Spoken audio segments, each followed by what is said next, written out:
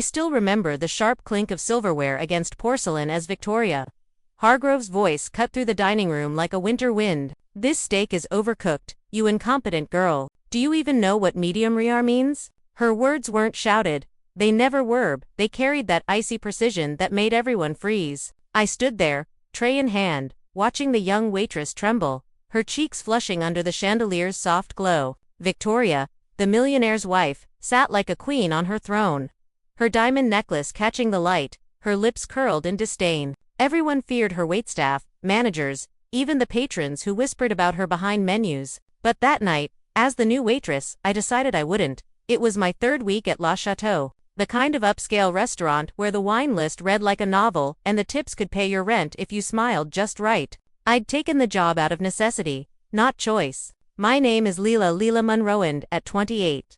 I was piecing my life back together after a messy divorce that left me with nothing but a stack of bills and a bruised heart. My ex, Tom, had been the charming type, the one who promised forever until forever meant someone younger and less complicated. I'd moved back to my hometown, a quiet suburb outside the city, crashing on my sister's couch while I hunted for stability. Waitressing wasn't my dream. I'd studied art in college, dreamed of galleries and canvases, but it paid the bills. And Le Chateau was a step up from the diner gigs I'd scraped by on. The restaurant smelled of garlic butter and aged oak, with low murmurs of conversation blending into the soft jazz playing overhead. My shifts started at 5, when the sun dipped low and cast golden hues through the floor-to-ceiling windows. I'd tie my apron, smooth my black uniform, and plaster on a polite smile, navigating tables filled with businessmen sealing deals and couples celebrating anniversaries. The staff was a tight-knit group. Maria, the hostess with her warm laugh and stories of her grandkids. Jamal, the bartender who mixed drinks like magic and always slipped me a coffee during breaks. And Sophie, the waitress Victoria had just humiliated, her eyes wide and apologetic even when she wasn't at fault. Victoria Hargrove was a regular, arriving every Friday with her husband, Reginald, or Reggie as she dismissively called him in front of us. Reggie was the millionaire old money from real estate, with a kind face etched by years of boardrooms and stress. He was quiet, almost apologetic for his wife's behavior, slipping extra tips when she wasn't looking. Victoria, though, was the storm, tall and elegant, with perfectly coiffed blonde hair and outfits that screamed designer labels. She treated the place like her personal kingdom. "I expect perfection," she'd say, her voice smooth as silk but sharp as thorns. The staff whispered warnings about her, how she'd gotten one girl fired for a misplaced napkin, how her complaints could tank your night. Fear hung around her like perfume, expensive and overpowering. My normal life before that night was a rhythm of survival. In the mornings, I'd wake to the scent of my sister's coffee brewing, the sound of her kids giggling over cereal. Amy, my sister, was my anchor, 5 years older, with a steady job as a nurse and a husband who adored her. "You're stronger than you think, Lila," she'd say, hugging me as I headed out. I'd drive my beat-up Honda to the restaurant, the engine humming softly, thinking about the canvases gathering dust in storage. Evenings were a blur of orders. "Yes, ma'am. The salmon is fresh caught, of course, sir. Extra lemon on the side." Breaks meant sneaking to the back alley for fresh air, the cool breeze carrying hints of rain and exhaust. I wasn't unhappy, just numb, going through motions, wondering if I'd ever feel whole again. Reggie and Victoria's table was always the same, corner booth, overlooking the garden lights. That Friday, as I approached to refill waters, I caught the tail end of Victoria's tirade. Sophie mumbled apologies, backing away with the offending plate. Victoria's eyes flicked to me, assessing, dismissing. "And Anu girl, make sure my wine is chilled properly this time." Reggie shifted uncomfortably, his fork pausing midair. He gave me a small, weary smile, the kind that said, "Please bear with her." I nodded, pouring with steady hands, but inside, something stirred. I'd dealt with entitled customers before, but Victoria's cruelty felt personal, like she fed on making others small. As the evening wore on, the restaurant filled with laughter and clinking glasses. I served a family celebrating a birthday, the father's proud grin, the mother's gentle touch on her daughter's hand, reminding me of what I'd lost. Tom and I had dreamed of kids, a home with a yard, but dreams shattered quietly sometimes. By 9, the crowd thinned, and Victoria waved me over imperiously. "Dessert menu," she snapped, not looking up from her phone. Reggie cleared his throat. "Darling, perhaps the creme brulee." She shot him a glare that could wilt flowers. "I didn't ask you." That's when the first subtle shift happened. though I didn't recognize it then. As I handed her the menu, her phone buzzed, lighting up with a message. She glanced at it, her expression softening for a split second, almost tender before hardening again. She typed quickly, her nails clicking, and tucked it away. Reggie didn't notice, lost in his own thoughts, but I did. It was a fleeting thing, like a shadow crossing the moon, but it planted a seed of curiosity. Who could make the Ice Queen melt, even momentarily? The rest of the shift passed in a haze. Sophie pulled me aside in the kitchen, wiping her eyes. Thanks for stepping in earlier. She's awful. I squeezed her arm. We don't have to take that. But inside, I wondered why Reggie did. He seemed kind, trapped in his own way. Driving home that night, the radio playing soft ballads. I thought about power, how some wield it like a weapon, others endure it like a storm. Little did I know, that seed of suspicion would grow into something that would upend everything. The next Friday came too quickly. I'd told myself I wouldn't watch them so closely, that I'd keep my head down and my tips up. But the moment Victoria swept through the door in a crimson dress that probably cost more than my car, my eyes found her without permission. Reggie trailed behind, holding her coat like a dutiful servant. Same table, same ritual. She ordered for both of them before he even sat down. The sea bass, no sauce on the side, and tell the chef not to murder it this time. Reggie only nodded, folding his napkin with careful fingers. I was assigned their section again. Maria had whispered, "You handled her last week without crying. That makes you the chosen one now?" Funny how survival becomes a promotion. I approached the water pitcher. Victoria didn't look up from her phone. Reggie did. "Good evening, Lila," he said softly, remembering my name the way kind people do. "Evening, Mr. Hargrove." I smiled, small and professional. Victoria's thumb paused on the screen. She glanced up, eyes narrowing just enough to notice the exchange. "Pour," she ordered, as though I'd forgotten why I was standing there. As I leaned in, her phone lit again. This time, I saw the preview before she angled it away. A heart emoji, red and pulsing, followed by the words, "Can't wait to taste you tonight." My hand faltered for half a second. Water kissed the rim of her glass and stopped. She didn't notice. She was already typing back, lips pressed together in a private smile I'd never seen on her face before. It was soft, almost girlish. It didn't belong to the woman who made grown servers cry in the walk-in freezer. I walked away slowly, pulse ticking in my throat. Affairs happen every day. Rich wives cheat. Rich husbands cheat. The world keeps spinning. It wasn't my business. Except something about the tenderness in that smile felt familiar. Like the way I used to look at Tom when he texted me from work. Before everything curdled. Throughout the evening, I caught more fragments. She excused herself to the ladies' room. 3 times unusual for someone who believed the entire restaurant should wait on her hand and foot. Each time she returned, her cheeks were slightly flushed, her eyes brighter. Reggie ate in silence, cutting his fish into perfect squares, pretending not to notice. Once, when she was gone, he looked up at me and said, almost apologetically, "She's been under a lot of stress lately. New charity board, you know how it is." His voice was gentle, defeated. I nodded like I understood, but inside I was cataloging every detail the way a painter studies light. Near the end of their meal, I brought the dessert tray. Victoria waved it away. "Nothing for me. I'm watching my figure." She said it loudly, for the benefit of the nearby tables, then slipped her phone beneath the linen napkin and typed again. Reggie signed the check 4 figures before the tip. As always, and left a folded 100 under his plate for me when she wasn't looking. As they rose to leave, her phone buzzed one last time. She read it, bit her lower lip like a teenager, and whispered to the screen, "Leaving now." I watched them walk out. Her arm looped through his like a possession. His shoulders curved inward. The heavy door closed behind them, and the dining room exhaled in the staff bathroom later. I stared at my reflection under the harsh fluorescent light. My eyes looked too bright, the way they used to when I was piecing together Tom's lies. I told myself to let it go. Rich people's marriages were not my concern. I had my own scars. But the next week, curiosity won. I started noticing patterns. Victoria always arrived at 7:15 sharp. By 8:45 she would disappear for exactly 11 minutes, long enough for more than powdering her nose. She ordered the same bottle of Sancerre but barely drank 2 glasses. And every time her phone lit up, her whole body changed. Shoulders loosened, mouth softened, like someone had turned a dial from ice to warm water. One slow Tuesday, Reggie wasn't with her that night. She'd come alone, which was new. I was restocking the side station near the restrooms when I heard her voice through the thin wall of the private corridor. Low, intimate, nothing like the Arctic tone she used on us.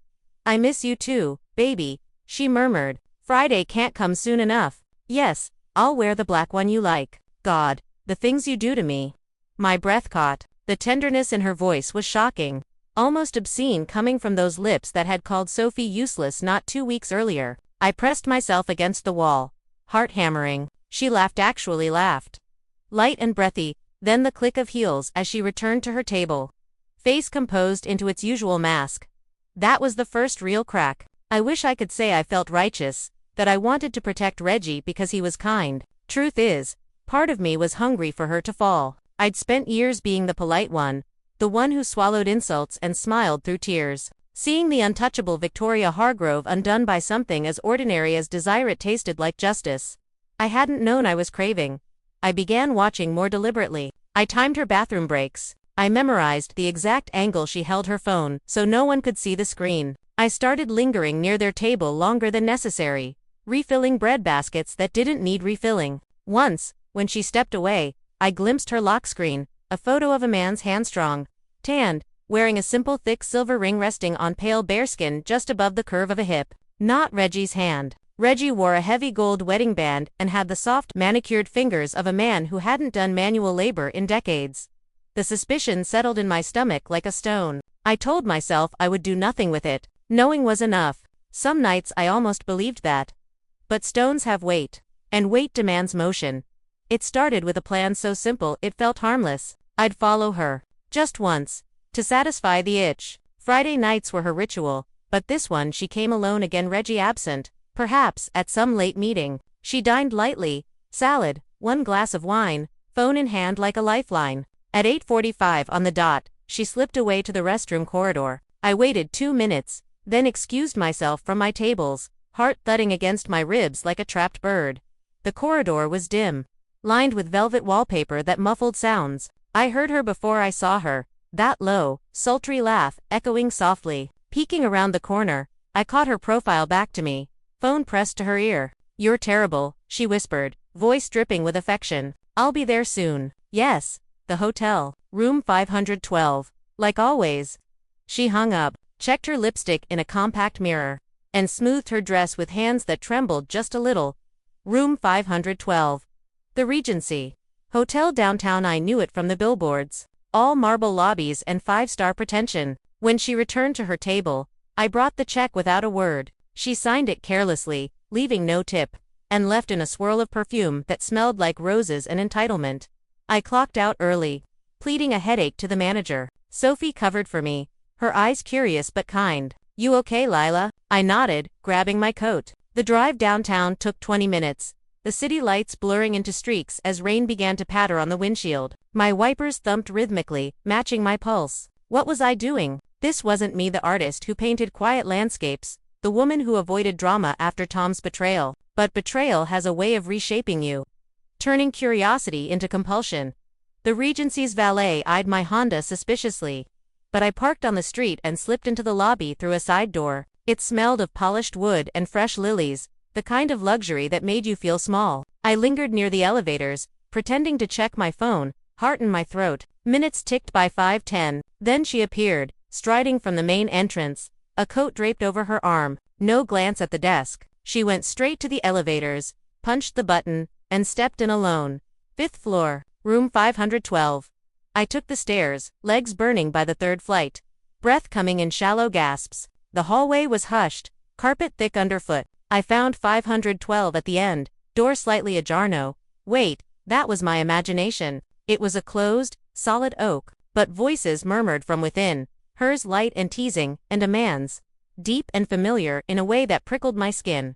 I pressed my ear to the door, the wood cool against my cheek. "You're late," the man said, amusement in his tone. "Traffic," she replied, followed by the soft rustle of fabric, a zipper's sigh. Then silence, broken by a gasper's and the unmistakable sounds of intimacy, murmurs, breaths quickening, the creak of a bed. My stomach twisted. This was it, the truth, raw and undeniable. Victoria Hargrove, the terror of La Chateau, was cheating on her husband in a hotel room that probably cost more per night than my weekly wage. I backed away, phone in hand, fingers hovering over the camera. Evidence for what? Blackmail? No, That wasn't me. But the door, God, if it opened. Footsteps approached from inside. I darted to the stairwell just as it cracked open. Peering through the sliver, I saw him, tall, broad-shouldered, dark hair tousled. He kissed her deeply in the doorway, his hand on her waist possessive. Then he stepped back, and the light hit his face.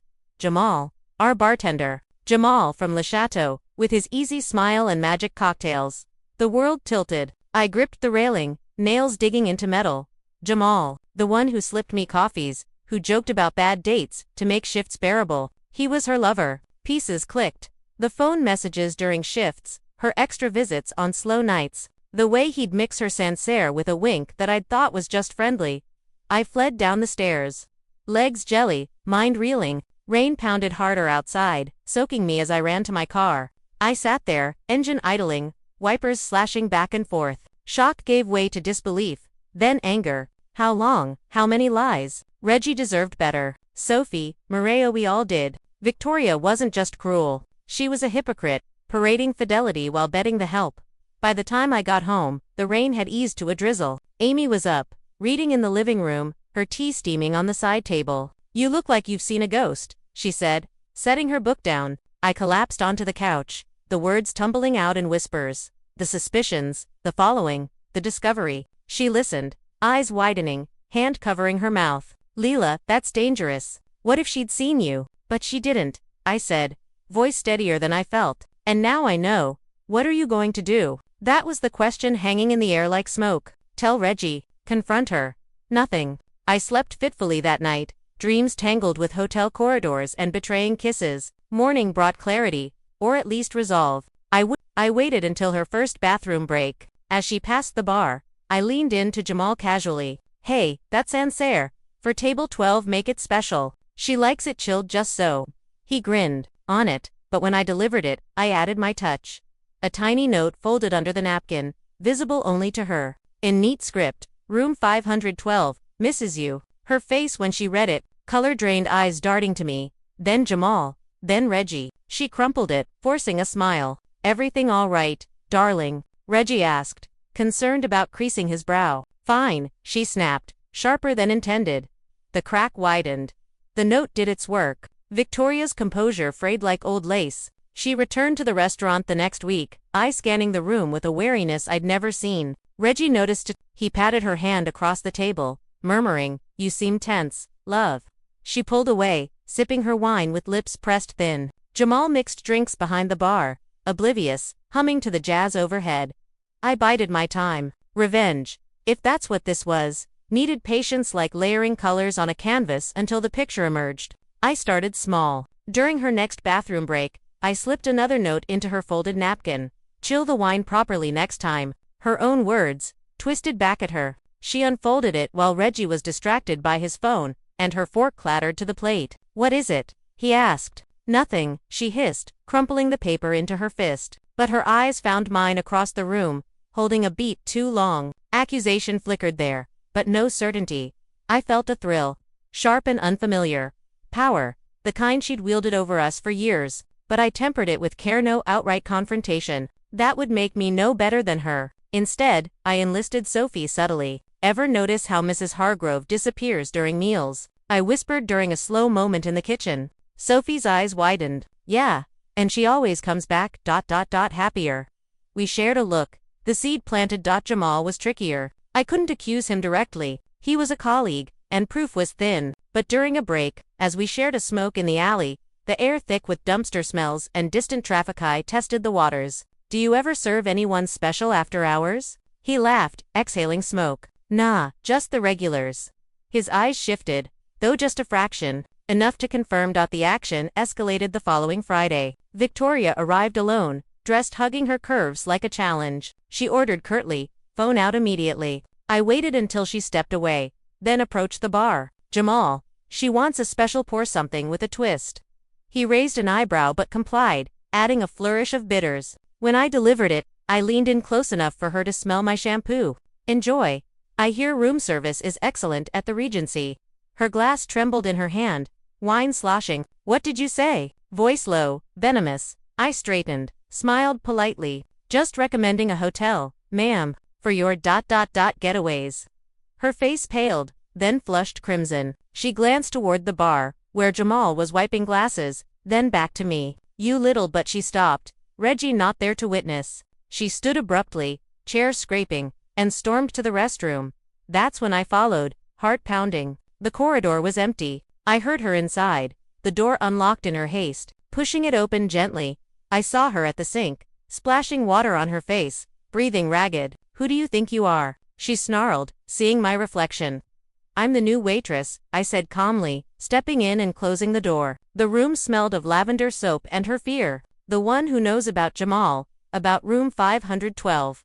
About the lies you tell Reggie while you play queen here. She turned, eyes blazing. You have no proof. Spying on customers? I'll have you fired. Maybe, I conceded, voice steady, but not before I tell Reggie. Or the staff. Imagine everyone knowing the ice queen melts for the bartender. How ridiculous you'd look. Her hands gripped the sink, knuckles white. What do you want? Money. I shook my head. An apology. To Sophie, for humiliating her. To the staff, for treating us like dirt. And leave Jamal alone. He deserves better than being your secret. She laughed, bitter. You think you can dictate my life. Reggie would never believe you. Try me, I said softly. Or test it yourself. Keep coming here, and see how long your poise holds. She stared, the mask cracking. For the first time, I saw vulnerability, loneliness, perhaps, in those perfectly lined eyes. Why? Why do this? Because kindness costs nothing, I replied, and you've spent years making people pay for yours. She straightened, composing herself. Get out. I did, but the seed was sown. Back in the dining room, she returned to her table, paid quickly, and left without another word. Jamal watched her go, puzzled. Is everything okay with her drink? Fine, I said, just ... bitters. That night, driving home, rain pattering again, I felt a mix of triumph and unease. Had I gone too far? Amy waited up, as always. You confronted her, she asked, pouring tea. The steam rose like ghosts between us. Not exactly, just ... Nudged. I sipped, the warmth grounding me. She cracked, or change. Amy hugged me. Be careful, sis. Power like that tit changes people. She was right, but for now, the action felt right. Clever, not cruel. A mirror held up to her facade. The consequences came sooner than expected. The next shift, whispers buzzed in the kitchen. Sophie pulled me aside. Mrs. Hargrove called the manager, complained about harassment, but get this, she sounded shaken, not angry.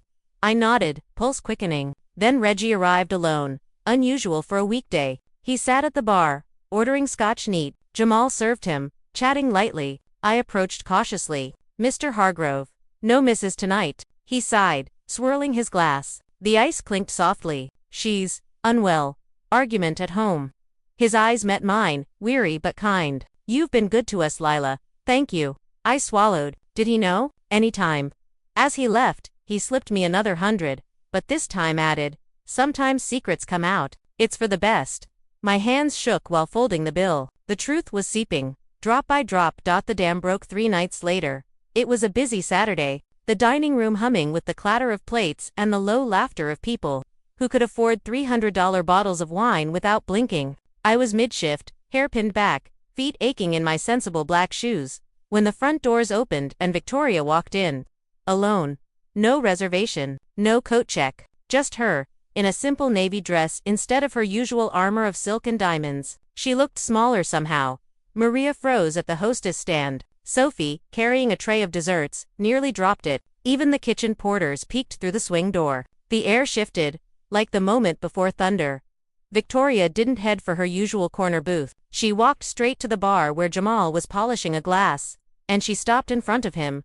Jamal, she said, loud enough for half the room to hear. We need to talk. The jazz seemed to fade. Conversations hushed. Jamal's rag stilled on the crystal. Mrs. Hargrove. She cut him off, voice trembling but clear. No more hiding. I'm tired. I was close enough to see his face go ashen. Sophie stood beside me, gripping my wrist so hard it hurt. We didn't move. None of us did. Victoria turned, slowly, deliberately, facing the entire dining room. Dozens of eyes, wealthy strangers. Regulars. Staff watched her like she was a bomb about to detonate. I owe an apology, she announced. Her voice cracked on the last word, but she lifted her chin. For years, I have come into this restaurant and treated the people who served me with contempt. I have been cruel, impatient, and unforgiving. I told myself it was because I expected excellence. The truth is simpler. I was unhappy, and I took it out on all of you. A ripple went through the room. Someone's fork clinked too loudly. She looked directly at Sophie. Sophie, I remember the night I made you cry over a steak. I am deeply, deeply sorry. Sophie's eyes filled. She couldn't speak. Then Victoria turned to me. The room seemed to shrink until it was only us. Lila, she said, softer now, you were right. Kindness costs nothing, and I had none to give. You held up a mirror, and I hated what I saw. I don't expect forgiveness. I just needed to say this in the place where I did the most damage. Silence. Thick, stunned silence. Jamal finally found his voice. Victoria, maybe we should know, she said gently, touching his sleeve for the briefest second. We're done. That's over too. I told Reggie everything this morning. All of it. He's asked for a separation, and I'm giving him one.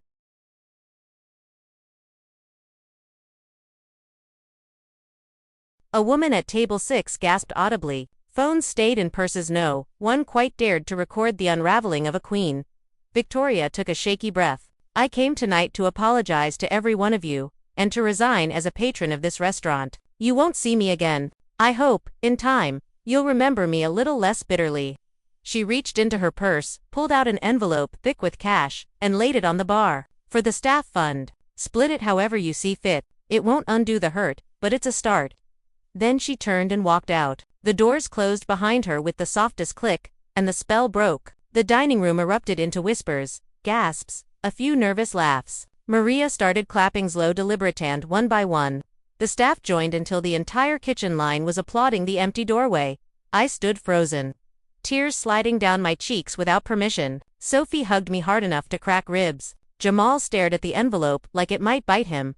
Later, in the break room, the envelope held $10,000 in crisp hundreds. We divided it equally, every server, every cook, every dishwasher. My share was more than I made in a month. I tucked it into my apron and felt something loosen in my chest. Like a fist I'd been holding for years, finally opened. Reggie came in the following week. Alone, he looked 10 years older, but lighter, somehow, like a man who had set down a heavy load. He asked for me specifically. We sat in the same corner booth that had once been Victoria's throne. He ordered tea, not scotch. I wanted to thank you, he said quietly, folding his hands. She told me what you did. Not the details, just that someone showed her the truth when she couldn't face it herself. I started to protest, but he raised a gentle hand. I loved her for 31 years, he continued, but love shouldn't require fear. Mine did. Hers did too, I think. She's moving to the lake house for a while. Therapy. Real therapy, not just spa retreats. He gave a sad, fond smile. Maybe she'll find the woman I married once, before money and loneliness turned her hard. He reached across the table and pressed something into my palm, a small velvet box. Inside was a delicate gold bracelet, simple and beautiful. Victoria wanted you to have this. She said it was the least she could do for the waitress who taught her humility. I tried to give it back. Mr. Hargrove, I can't, please. And call me Reggie. His eyes were kind, tired, free. You gave me my dignity back, Leela. Let me give you something small in return. I closed the box, throat tight. How is she, really? He considered. Ashamed, relieved, human, for the first time in years. He left not long after. The bracelet stayed in my pocket the rest of the shift, warm against my hip like a secret heartbeat. Victoria never returned. Word spread through the suburb like wildfire, the untouchable Mrs. Hargrove. Humbled in public, marriage over, fortune about to be divided. Some pitied her, most didn't. The staff at La Chateau spoke of her only in the past tense now, the way you speak of a storm that finally passed. And life, quietly, astonishingly, began to feel lighter. The first thing I did with my share of the envelope was buy back my old easel from the pawn shop on Maple Street. The owner remembered me. He even knocked $20 off the price when I told him I was painting again. I carried it up the narrow stairs to Amy's spare room like I was carrying a sleeping child. When I unfolded it in the corner by the window, the morning light hit the scarred wood, and I cried, quiet, grateful tears that tasted like freedom. I quit Le Chateau 2 weeks later, not in anger. The place had given me more than a paycheck. It gave me back my spine. I wrote a short note to the manager, hugged Maria and Sophie until we were all sobbing in the alley, and promised Jamal I'd still come for his birthday. He hugged me longest, eyes wet, You saved more than one person in there, Lila, he whispered. I didn't ask what he planned to do next. Some stories aren't mine to finish. Amy turned the garage into a studio for me. Her husband, Mark, ran extension cords and hung shop lights that made the concrete floor glow like moonlight. I painted at night after the kids were asleep. The smell of turpentine mixing with the faint sweetness of their baby shampoo drifting under the door. I painted the things I had never dared before. The exact shade of Victoria's face when she said I'm tired. The tremor in Reggie's hand as he pressed the bracelet into mine. The soft gold of Sophie's hair when she finally smiled without fear. The first canvas I finished was small, 12 by 16. A single empty corner booth bathed in restaurant candlelight, one wine glass still holding a ghost of red. I titled it Mercy. A gallery downtown took it on consignment. It sold the same week to a woman who said it made her think of her own mother. She paid triple the asking price and asked if I had more. I did. I had years of held breath to let out. Reggie called once, about 4 months later. The divorce was moving slowly. Victoria had insisted on a fair settlement, no scorched earth. She's volunteering at a women's shelter on Tuesdays, he said, wondering in his voice. She says she's learning how to speak to people without making them feel small. Imagine that. I could hear the smile through the phone. He was dating again, someone gentle who taught 3rd grade. They went to free concerts in the park and held hands like teenagers. He sounded lighter than the wind. Victoria never called, but one afternoon, an envelope arrived, thick cream paper, my name written in careful ink. Inside was a single sheet. Leela, I practice saying thank you and I'm sorry in the mirror every morning. They still feel clumsy in my mouth, but less than they did. I kept one thing from the house, the photograph of Reggie and me on our honeymoon. I was laughing in a way I had forgotten was possible. I look at it when I need to remember who I still might become. You were right. Kindness costs nothing, and I had spent every penny I owned making people pay. I will never come back to La Chateau. Some doors should stay closed, but please know the new woman trying to grow inside my skin is grateful for the waitress who refused to look away. With humility, Victoria folded the letter and slipped it between the pages of my sketchbook. Some nights I take it out and read it again, not for triumph, but for proof that people can change when someone loves them enough to demand it, even when that someone is a stranger with a tray and tired feet. I moved out of Amy's house the following spring. Nothing grand, just a tiny loft above the art supply store. The kind of place where the radiators clank like old men, and the windows rattle when the trains go by, but the light pours in from the north. Perfect, steady, honest. I hung the gold bracelet on a nail by the door. It catches the sun every morning and reminds me that dignity can be returned to a person the same way it can be taken. Sophie enrolled in culinary school. Maria became head hostess and runs the front like a general with a heart. Jamal left bartending and opened a little jazz club in the East End. He named the signature cocktail the Ice Melt. I went on opening night. He hugged me at the door and said, "First one's in the house." For the woman who taught us all how to thaw.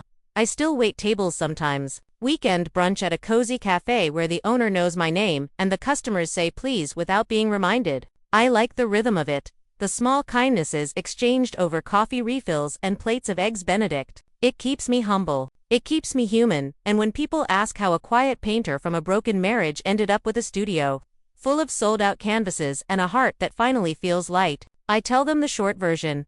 I once knew a woman who thought fear was the only way to be safe, and I decided not to let her be the only one who got to be afraid. The long version is painted on every canvas, written in every careful brushstroke, that sometimes the bravest thing a person can do is hold up a mirror, and sometimes the